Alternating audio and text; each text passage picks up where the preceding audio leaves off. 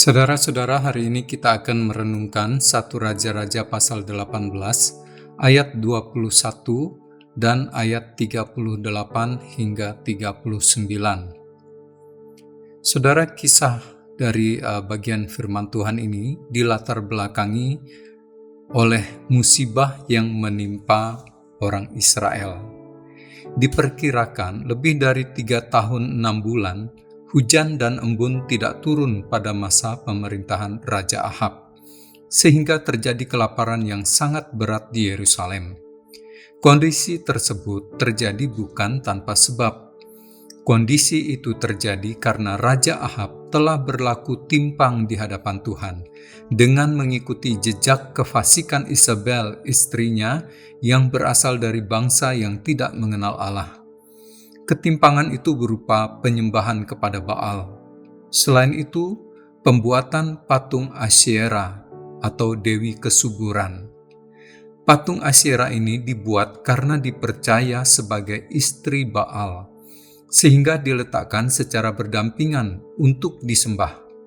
Isabel bahkan memerintahkan penyembahan ini kepada rakyat dengan sangat keras, sehingga tentu menimbulkan ketakutan terhadap sebagian besar rakyat, dan mengakibatkan rakyat yang takut menjadi mendua hati, yaitu dengan berlaku timpang antara menyembah kepada Tuhan, namun juga menyembah kepada Baal dan Asyera.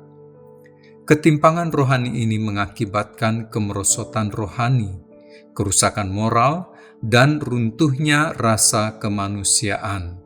Terbukti pada masa itu, Hiel membayarkan nyawa anaknya yang sulung dan anaknya yang bungsu untuk meletakkan dasar kota dan meletakkan dasar pemasangan pintu gerbang kota.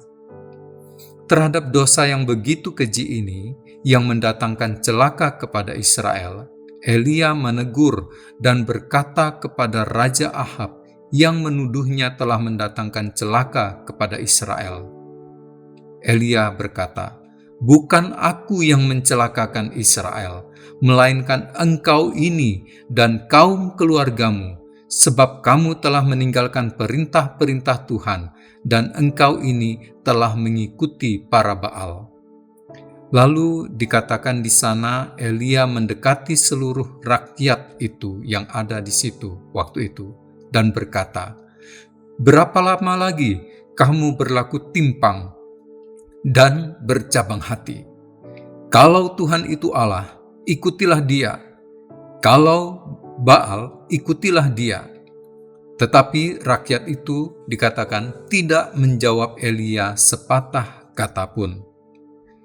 Puncaknya, Elia menyuruh Ahab mengumpulkan seluruh Israel, termasuk para nabi Baal, untuk berkumpul di Gunung Karmel, untuk menyaksikan uji perkara tentang manakah Allah yang sejati, Tuhan ataukah Baal. Singkat cerita, Tuhan menjawab doa Elia dengan cara yang ajaib. Api turun dari langit dan menjilat habis korban bakaran serta kayu yang ada di atas mezbah. Bahkan air di sekeliling mezbah itu pun kering. Melihat jawaban Tuhan, seluruh rakyat sujud serta berkata, "Tuhan, Dialah Allah." Saudara-saudara yang saya kasih di dalam Tuhan, mengapa Tuhan Allah menjawab doa Elia? Alasannya yaitu, pertama, karena Tuhan adalah Allah. Tuhan, Dialah Allah. Tidak ada yang sama seperti Tuhan. Dia adalah Allah yang kudus. Dia adalah Allah yang hidup.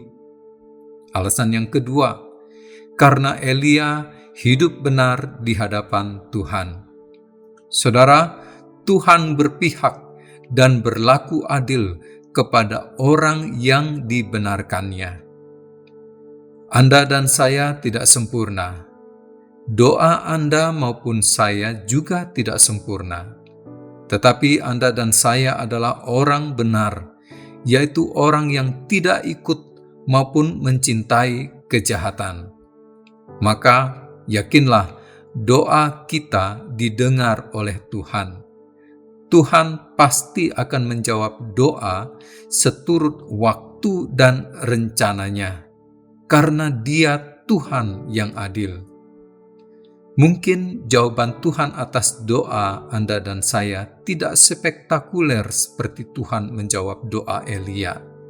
Tetapi ketahuilah, jawaban Tuhan selalu memukau, tepat pada waktu Tuhan.